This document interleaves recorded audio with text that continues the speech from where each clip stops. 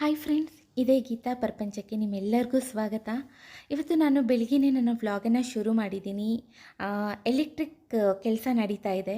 So ಇವತ್ತು ಈ ವ್ಲಾಗಲ್ಲಿ ಏನೆಲ್ಲ ಇರುತ್ತೆ ಅದನ್ನು ನೋಡಬೇಕಲ್ಲ. ಅದಕ್ಕೆ ಮುಂಚೆ ನನ್ನ ಚಾನಲ್ಗೆ ಸಬ್ಸ್ಕ್ರೈಬ್ ಮಾಡ್ಕೊಳ್ಳಿ, ಹಾಗೆ ಈ ವಿಡಿಯೋನ ಆದಷ್ಟು ಜನಕ್ಕೆ ಶೇರ್ ಮಾಡಿ ಅಂತ ಹೇಳ್ತಾ, ನಮ್ಮ ಮನೆಗೆ ಒಂದು ಹೊಸ ವಸ್ತು ಬರ್ತಾ ಇದೆ, ಒಂದು ಎಲೆಕ್ಟ್ರಾನಿಕ್ ಐಟಮ್ ಬರ್ತಾ ಇದೆ.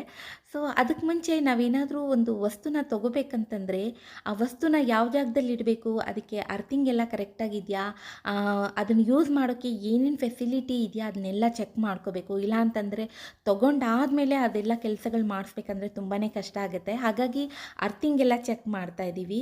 ಹಾಗೆ ನೀರು ಹೋಗುತ್ತಾ ಅಂತ ನೋಡುವಾಗ ಆ್ಯಸ್ ಯೂಶ್ವಲ್ ಬ್ಯಾಂಗ್ಳೂರಿನಲ್ಲಿ ಇಲಿಗಳ ಕಾಟ, ನಮ್ಮ ಚೇಂಬರ್ನ ಒಳಗಡೆ ಇಲಿ ಬಂದು ಫುಲ್ಲು ಮಣ್ಣು ಅಗ್ದಾಕಿದೆ.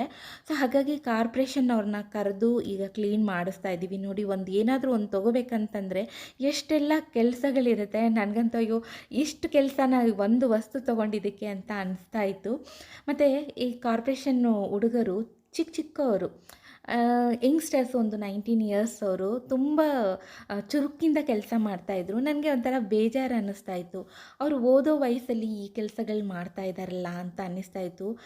ಅವರ ಒಂದು ಹೊಟ್ಟೆಪಾಡಿಗಾಗಿ ಅವರ ಸಂಸಾರ ನಡಿಬೇಕು ಅಂತಂದರೆ ಈ ಥರ ಕೆಲಸಗಳನ್ನು ಮಾಡಬೇಕು ಪಾಪ ಅಂತ ಅನ್ನಿಸ್ತಾ ಇತ್ತು.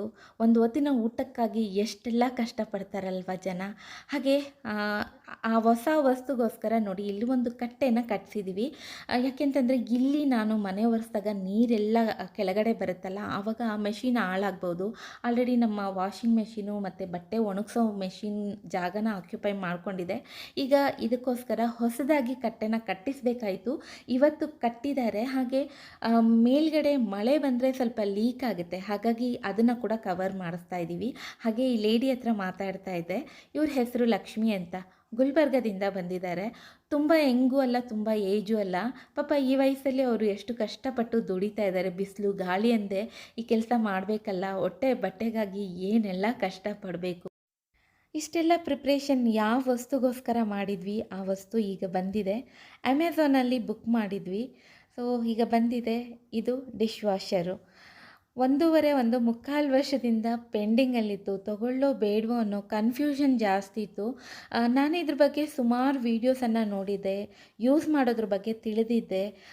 ನೀರಿನ ಖರ್ಚಾಗಿರ್ಬೋದು ಅಥವಾ ಕರೆಂಟ್ನ ಖರ್ಚಾಗಿರ್ಬೋದು, ಇದಕ್ಕೆ ಬಳಸುವಂಥ ಡಿಟರ್ಜೆಂಟು, ಶೈನರು, ಸಾಲ್ಟು, ಇದ್ರ ಬಗ್ಗೆ ಎಲ್ಲ ತಿಳ್ಕೊಂಡಿದ್ದೆ. ಆಮೇಲೆ ನಾವು ಪಾತ್ರೆಗಳನ್ನು ನಾವೇ ತೊಳೆಯುವಾಗ ಡೈರೆಕ್ಟಾಗಿ ಹೆಂಗೆ ತೊಳಿತೀವಿ ಆ ಥರ ಇದರಲ್ಲಿ ತೊಳೆಯೋಕ್ಕಾಗೋದಿಲ್ಲ, ಪ್ರೀ ವಾಶ್ ಮಾಡಿ ಹಾಕಬೇಕು.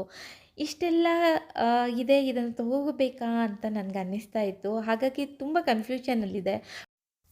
ಸೊ ನಮ್ಮ ಯಜಮಾನರು, ನಿನಗೆ ಬೇಕಂತ ಅನ್ಸಿದ್ರೆ ತೊಗೋ, ಯಾಕೆ ಅಷ್ಟೊಂದು ಯೋಚನೆ ಮಾಡ್ತೀಯಾ, ಇದ್ರೆ ಯೂಸ್ ಆಗುತ್ತೆ, ಪಾತ್ರೆ ತೊಳೆಯೋದಲ್ವ, ಇವನ್ ನಾವು ಕೂಡ ಯೂಸ್ ಮಾಡ್ಬೋದು, ಇರಲಿ ಬೇಕಾದರೆ ತೊಗೊಂಡ್ಬಿಡು, ಅಷ್ಟೊಂದು ಯೋಚನೆ ಮಾಡಬೇಡ ಅಂತ ಹೇಳ್ತಾಯಿದ್ರು. ಹಾಗೆ ನನ್ನ ನಾದಿನಿ ಮನೇಲಿ ಕೂಡ ಅವರು ಯೂಸ್ ಮಾಡ್ತಾರೆ 2 ವರ್ಷದಿಂದ. ಸೊ ಅವ್ರ ಹತ್ರ ಫೋನ್ ಮಾಡಿ ಕೇಳಿದಾಗ ಅವರು ಹೇಳ್ತಾಯಿದ್ರು, ಇಲ್ಲ ಯೂಸ್ ತುಂಬ ಚೆನ್ನಾಗಾಗುತ್ತೆ, ನಮಗಂತೂ ತುಂಬ ಯೂಸ್ಫುಲ್ ಆಗಿದೆ ಅಂತ ಹೇಳಿದರು. ಸೊ ಕೊನೆಗೆ ಡಿಸೈಡ್ ಮಾಡಿ ಬುಕ್ ಮಾಡಿ ಈಗ ಐಟಮ್ ಮನೆಗೆ ಬಂದಾಗಿದೆ. ಸೊ ಡೆಮೋ ಕೊಡೋಕ್ಕೆ ಬರ್ತಾರಲ್ಲ, ಅಂದರೆ ಇನ್ಸ್ಟಾಲೇಷನ್ ಮಾಡೋಕ್ಕೆ ಬಂದಾಗ ನಾನು ಇರಲಿಲ್ಲ.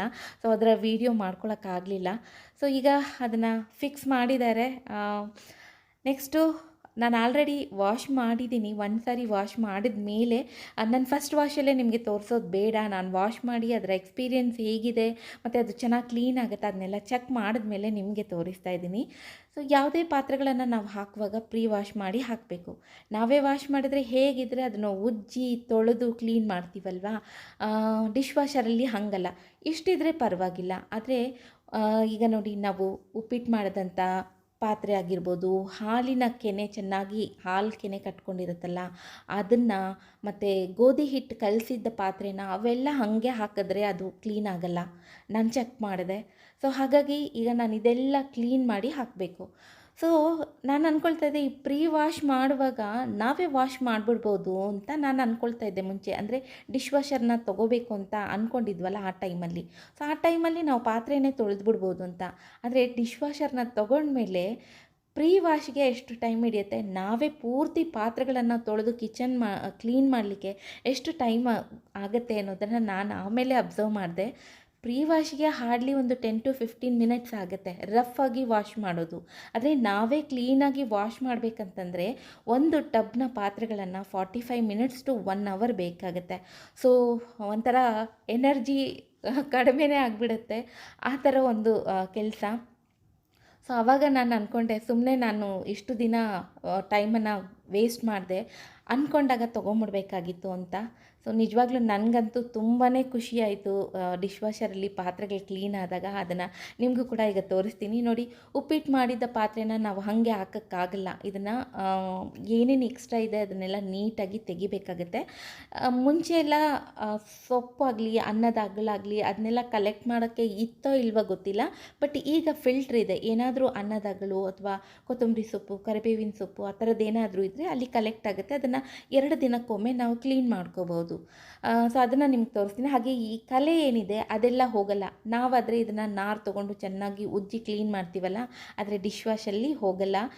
ಜಿಡ್ಡು ಮಾತ್ರ ತುಂಬಾ ನೀಟಾಗಿ ಹೋಗುತ್ತೆ. ಎಷ್ಟೇ ಜಿಡ್ಡುದು ನೀವು ಪಾತ್ರೆಗಳನ್ನು ಹಾಕಿ ನಿಜವಾಗ್ಲೂ ತುಂಬ ಚೆನ್ನಾಗಿ ಕ್ಲೀನ್ ಮಾಡುತ್ತೆ. ಹಾಗೆ ನಾನಿವತ್ತು ಇಡ್ಲಿ ಪಾತ್ರೆಯ ತಟ್ಟೆಗಳನ್ನು ಕೂಡ ಹಾಕ್ತಾಯಿದ್ದೀನಿ.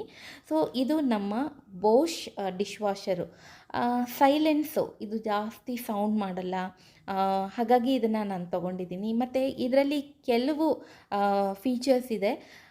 ನಮಗೆ ಡೆಮೋ ಮಾಡೋಕ್ಕೆ ಅಂದರೆ ಇನ್ಸ್ಟಾಲ್ ಮಾಡೋಕ್ಕೆ ಬಂದಿದ್ರಲ್ಲ, ಅವ್ರು ಹೇಳ್ತಾಯಿದ್ರು ನಾರ್ಮಲಾಗಿ ಯೂಸ್ ಮಾಡೋದು ಆಟೋ, ಅದನ್ನು ಡೈಲಿ ನೀವು ಯೂಸ್ ಮಾಡ್ಬೋದು. ಇಲ್ಲ ಅಂತಂದರೆ ಈ ಇಂಟೆನ್ಸಿವ್ ಕಡಾಯಿ ಅಂತ, ಅಂದರೆ ಸ್ಲೋ ಪ್ರೋಸೆಸ್ಸಲ್ಲಿ ವಾಶ್ ಮಾಡುತ್ತೆ, ಕರೆಂಟ್ ಕಡಿಮೆ ತೊಗೊಳತ್ತೆ, ನೀರು ಕಡಿಮೆ ತೊಗೊಳತ್ತೆ, ಹಾಗೆ ನೀಟಾಗಿ ಕ್ಲೀನ್ ಮಾಡಿಕೊಡತ್ತೆ. ಸೊ ಆ ಥರ ನಿಮಗೆ ಅರ್ಜೆಂಟ್ ಇಲ್ಲ ಅಂದರೆ ಅದನ್ನು ಯೂಸ್ ಮಾಡ್ಬೋದು. ಇಲ್ಲ ಅಂತಂದರೆ ಆಟೋ ಈಸ್ ಬೆಸ್ಟ್ ಅಂತ ಹೇಳಿದರು. ಸೊ ಹಾಗಾಗಿ ನಾನು ಆಟೋನಲ್ಲೇ ಟ್ರೈ ಮಾಡಿದೆ. ಚೆನ್ನಾಗಿ ವಾಶ್ ಆಗಿತ್ತು, ತುಂಬ ನೀಟಾಗಿ ವಾಶ್ ಆಗಿತ್ತು. ಸೊ ಇದರಲ್ಲಿ ಏನು ಆಪ್ಷನ್ ಇದೆ, ಇನ್ನೊಂದು ಆಪ್ಷನ್ ಅಂತಂದರೆ ಕಡಿಮೆ ಪಾತ್ರೆಗಳಿದ್ದರೆ ಆಫ್ ವಾಶ್ ಅಂತ ಬರುತ್ತೆ. ಅಂದರೆ ಒಂದೇ ಟ್ರೇನ ಯೂಸ್ ಮಾಡಿ ನಾವು ವಾಶ್ ಮಾಡ್ಕೋಬೋದು. ಹಾಗೆ ಇದಕ್ಕೆ ಸಾಲ್ಟು ಮತ್ತು ಡಿಟರ್ಜೆಂಟು, ಪಾತ್ರೆಗಳು ಶೈನಿಂಗ್ ಆಗಲಿಕ್ಕೆ ಅದಕ್ಕೊಂದು ಲಿಕ್ವಿಡು 3 ನಾವು ಹಾಕಬೇಕಾಗತ್ತೆ. ಸದ್ಯಕ್ಕೆ ನಾನು ಟ್ಯಾಬ್ಲೆಟನ್ನು ಯೂಸ್ ಮಾಡ್ತಾಯಿದ್ದೀನಿ. ಹಾಗಾಗಿ ನಾನು ಸಾಲ್ಟ್ ಆಗಲಿ, ಡಿಟರ್ಜೆಂಟ್ ಆಗಲಿ, ಶೈನರ್ ಆಗಲಿ ಅದನ್ನು ಯಾವುದೂ ತೊಗೊಂಡಿಲ್ಲ. ನೋಡಿ, ಡಿಶ್ ವಾಷರ್ ಒಳಗಡೆ 2 ಟ್ರೇ ಇದೆ. ಇದರಲ್ಲಿ ಹೇಳಿದಾಗೆ ಆಫ್ ಟ್ರೇನ ಬಳಸ್ಕೊಂಡು ಆಫ್ ವಾಶ್ ಕೂಡ ಮಾಡ್ಕೋಬೋದು. ಸೊ ಮೇಲ್ಗಡೆ ಟ್ರೇ ಏನಿರುತ್ತೆ ಅಲ್ಲಿ ಕೆಲಸ ಆಗೋದಿಲ್ಲ, ಅಲ್ಲಿ ನೀರು ಬರೋದಿಲ್ಲ, ಬರೀ ಕೆಳಗಡೆ ಮಾತ್ರ ನೀರು ಬರುತ್ತೆ.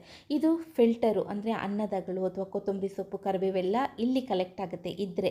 ಸೊ ಅಲ್ಲಿ ನೋಡಿ ಒಂದು ರೌಂಡ್ ಇದೆಲ್ಲ, ಅದರಲ್ಲಿ 1 kg ಅಷ್ಟು ಸಾಲ್ಟ್ ಹಿಡಿಯುತ್ತೆ ಅಂತ. ನಾನೀಗ ಯೂಸ್ ಮಾಡ್ತಾ ಇಲ್ಲ, ಹಾಗಾಗಿ ನಿಮಗೆ ಅದನ್ನು ನಾನು ತೋರ್ಸೋಕ್ಕಾಗ್ತಾ ಇಲ್ಲ. ಇದು ಬಂದು ಕಟ್ಲರಿ ಸ್ಟ್ಯಾಂಡು, ಅಂದರೆ ಸ್ಪೂನ್ಸು, ಸೌಟ್ಗಳು, ಚಾಕು ಆ ಥರದ್ದೆಲ್ಲ ಇಡ್ಬೋದು. ಈ ಥರ ಟ್ರೇನೂ ಇದೆ. ಇಲ್ಲ ಅಂತಂದರೆ ಕಟ್ಲರಿ ಸ್ಟ್ಯಾಂಡ್ ಅಂತಲೇ ಒಂದು ಬಾಕ್ಸ್ ಟೈಪ್ ಕೊಟ್ಟಿದ್ದಾರೆ, ಅದರಲ್ಲಿ ಬೇಕಾದರೆ ನಾವು ಕಟ್ಲರಿ ಪೂರ್ತಿಯಾಗಿ ಹಾಕ್ಕೋಬೋದು. ಸೊ ಯಾವುದು ಬಿದ್ದೋಗಬಾರ್ದು ಅಂದರೆ ಈ ಬಾಕ್ಸನ್ನು ಯೂಸ್ ಮಾಡ್ಬೋದು.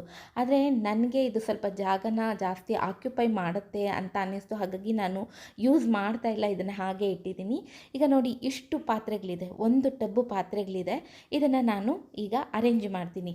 ಅರೇಂಜ್ ಮಾಡೋದು ಕೂಡ ಒಂದು ನ್ಯಾಕು. ಇದನ್ನು ಕರೆಕ್ಟಾಗಿ ಪ್ಲೇಸ್ಗಳನ್ನು ನೋಡಿ ಇಟ್ಟರೆ, ಅದರ ಸೈಜ್ ಪ್ರಕಾರ ಇಟ್ಟರೆ ಸುಮಾರು ಪಾತ್ರೆಗಳನ್ನು ಇಡ್ಬೋದು.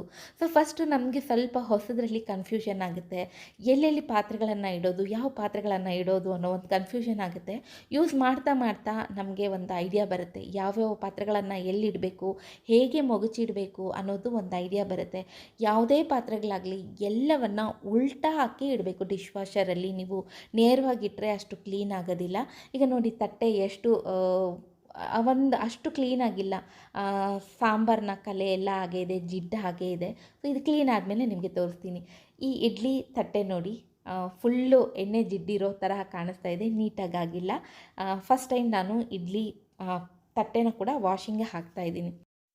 ಈಗ ಎಲ್ಲ ಪಾತ್ರೆಗಳನ್ನು ಜೋಡಿಸಿದ್ದೀನಿ. ಮೇಲೆ ಟ್ರೇಯಲ್ಲಿ ಗ್ಲಾಸ್ಗಳು, ಚೊಂಬುಗಳು, ವೆಯ್ಟ್ ಇಲ್ಲದೆ ಇರುವಂಥ ಪಾತ್ರೆಗಳನ್ನು ಇಡಬೇಕು. ಕೆಳಗಡೆ ಸ್ಟ್ಯಾಂಡಲ್ಲಿ ದೊಡ್ಡ ದೊಡ್ಡ ಪಾತ್ರೆಗಳು, ತಟ್ಟೆಗಳು ಇಡ್ಬೋದು. ಹಾಗೆ ಈ ಫ್ಯಾನ್ ಥರ ತಿರುಗ್ತಾ ಇದೆಯಲ್ಲ, ಅದು ತಿರುಗೋಕ್ಕೆ ಯಾವ ಡಿಸ್ಟರ್ಬೆನ್ಸು ಇರಬಾರ್ದು. ಆ ಥರ ನೀಟಾಗಿ ಪಾತ್ರೆಗಳನ್ನು ಜೋಡಿಸ್ಬೇಕು, ಅಲ್ಲಿಂದನೇ ನೀರು ಸ್ಪ್ರಿಂಕಲ್ ಆಗೋದು. ಹಾಗೆ ಕೆಳಗಡೆ ಕೂಡ ಅದೇ ಥರ ಒಂದು ಫ್ಯಾನ್ನ ಒಂದು ಪ್ಯಾನಲ್ ಥರ ಇದೆ, ಅದನ್ನು ಕೂಡ ಚೆಕ್ ಮಾಡಬೇಕು. ನೋಡಿ, ಯಾವ ಪಾತ್ರೆಗಳು ತಾಗಬಾರ್ದು, ಅಡ್ಡ ಆಗಬಾರ್ದು. ಬರೋದು ಅದಕ್ಕೆ ಪಾತ್ರೆಗಳು. ಸೊ ಆ ಥರ ಅದನ್ನು ಚೆಕ್ ಮಾಡಿ ಹಾಕ್ಕೋಬೇಕು. ನಾನೀಗ ಟ್ಯಾಬ್ಲೆಟನ್ನು ಬಳಸ್ತಾ ಇದ್ದೀನಿ. ಇಲ್ಲ ಅಂತಂದರೆ ನೋಡಿ, ಈಗ ನಾನು ಸಣ್ಣದು ಕ್ಲೋಸ್ ಮಾಡಿದ್ನಲ್ಲ, ಅಲ್ಲಿ ಶೈನರ್ ಹಾಕೋದು, ಇದರಲ್ಲಿ ಡಿಟರ್ಜೆಂಟ್ ಹಾಕಬೇಕು. ಈಗ ಪಾತ್ರೆ ತೊಳಿಲಿಕ್ಕೆ 1.5 ಗಂಟೆ ತೊಗೊಳತ್ತೆ ಈ ಮೆಷಿನು. ಸೊ ಈಗ ಪಾತ್ರೆ ವಾಶ್ ಆಗಿದೆ. ಆದ ತಕ್ಷಣ ಇಮಿಡಿಯೇಟಾಗಿ ತೆಗೆದ್ರೆ ಎಷ್ಟು ಸ್ಟೀಮ್ ಬರುತ್ತೆ ಗೊತ್ತಾ, ಮತ್ತು ಪಾತ್ರೆಗಳನ್ನ ಮುಟ್ಟೋಕ್ಕಾಗಲ್ಲ, ಅಷ್ಟು ಬಿಸಿ ಇರುತ್ತೆ. ಸೊ ಒಂದು 5-10 ನಿಮಿಷ ಬಿಟ್ಟು ಆಮೇಲೆ ಪಾತ್ರೆಗಳನ್ನು ತೆಗೀರಿ, ಇಲ್ಲಾಂತಂದರೆ ತುಂಬ ಬಿಸಿ, ಮುಟ್ಟೋಕ್ಕಾಗಲ್ಲ. ಮತ್ತು ಪಾತ್ರೆಗಳನ್ನು ನೋಡಿದ ತಕ್ಷಣ ನನಗಂತೂ ಬಹಳನೇ ಖುಷಿ ಆಯಿತು. ಇನ್ನೊಂದು ಏನಂತಂದರೆ ಇದರಲ್ಲಿ ಕರೆಂಟು, ಈಗ ಮೆಷಿನ್ ಆನ್ ಆಗಿರುತ್ತೆ, ಕರೆಂಟ್ ಹೋದಾಗ ಎಲ್ಲಿ ಸ್ಟಾಪ್ ಆಗಿತ್ತೋ ಅಲ್ಲಿಂದನೇ ಶುರುವಾಗುತ್ತೆ. ಹಾಗೆ ನೀರನ್ನು ಹೇಗೆ ತಗೊಳ್ಳುತ್ತೆ ಅನ್ನೋದಾದರೆ, ಒಂದು ಆಟೋ ವಾಶಿಗೆ 30 ಲೀಟ್ರ್, 25ರಿಂದ 30 ಲೀಟ್ರ್ ತೊಗೊಳತ್ತೆ ಅಂತ ಹೇಳ್ತಾ ಇದ್ರು. ಮತ್ತು ಸ್ಲೋ ಪ್ರೋಸೆಸ್ ಇದೆಲ್ಲ, ಅದರಲ್ಲಿ ನೀರು ಕಡಿಮೆ ತೊಗೊಳತ್ತೆ ಅಂತ.